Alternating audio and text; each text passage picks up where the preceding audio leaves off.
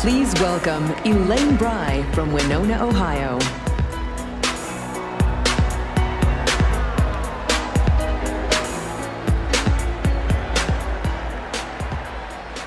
Wow, what's a mom like me doing in a place like this?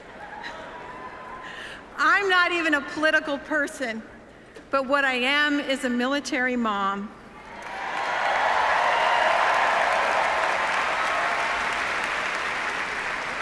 My husband and I are so proud of our 5 kids, one each in the Army, the Navy, the Air Force, and the Marines.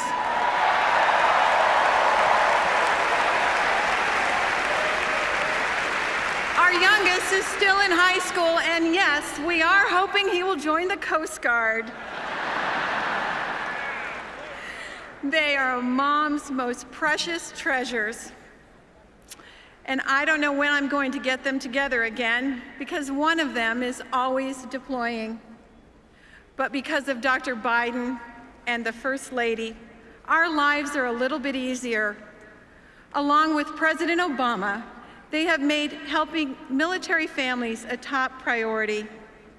They've brought together the American people, including thousands of businesses, to become part of a nationwide support network.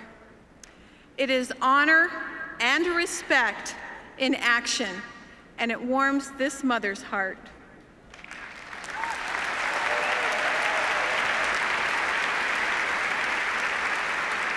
Last December, I wrote Michelle Obama a Christmas card, just a mom-to-mom note to say thank you for caring. The First Lady not only read my letter, she invited my husband and I to the White House. It was an amazing experience, but what's even more amazing is knowing that our Commander-in-Chief and First Lady are thinking about families like mine every single day. So, like I said, I'm not a political person, but I'm a mom. And if someone is there for my family and families like mine, then I'll be there for them.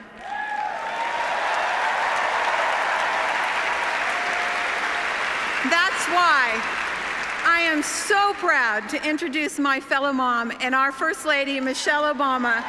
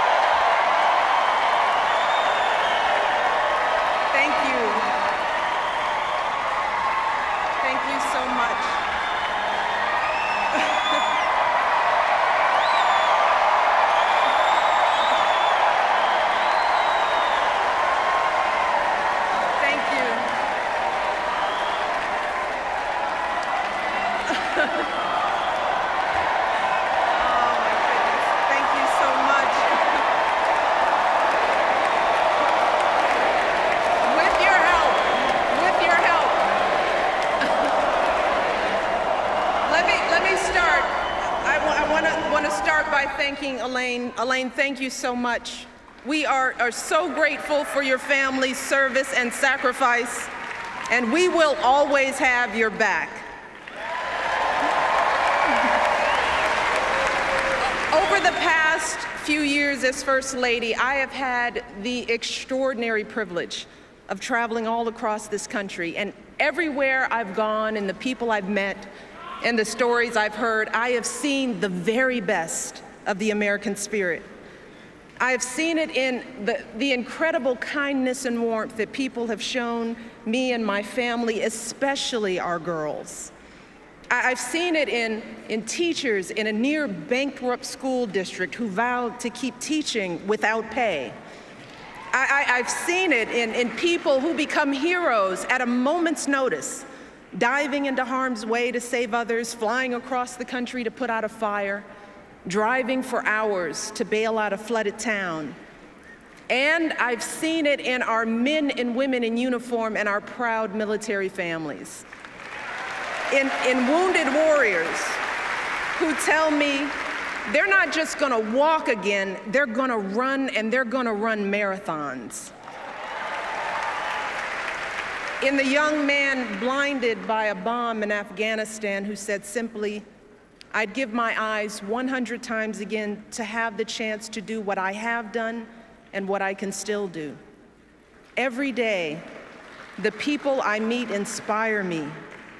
Every day they make me proud. Every day they remind me how blessed we are to live in the greatest nation on earth.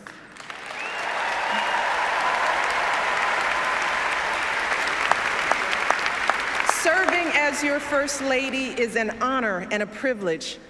But back when we first came together 4 years ago, I still had some concerns about this journey we'd begun.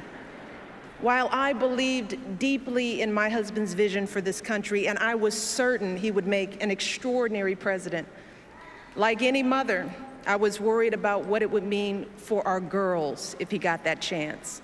Now, how would we keep them grounded under the glare of the national spotlight?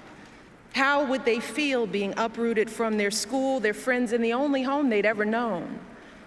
See, our life before moving to Washington was filled with simple joys.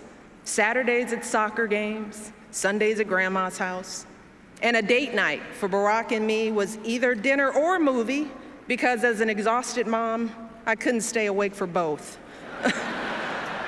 And the truth is, I loved the life we had built for our girls, and I deeply loved the man I had built that life with, and I didn't want that to change if he became president. I loved Barack just the way he was. You see, even back then, when Barack was a senator and a presidential candidate, to me, he was still the guy who picked me up for our dates in a car that was so rusted out, I could actually see the pavement going by in a hole in the passenger side door. He was the guy whose proudest possession was a coffee table he'd found in a dumpster, and whose only pair of decent shoes was a half size too small. But see, when Barack started telling me about his family, see, now that's when I knew I had found a kindred spirit, someone whose values and upbringing were so much like mine. You see, Barack and I were both raised by families who didn't have much in the way of money or material possessions, but who had given us something far more valuable: their unconditional love, their unflinching sacrifice, and the chance to go places they had never imagined for themselves.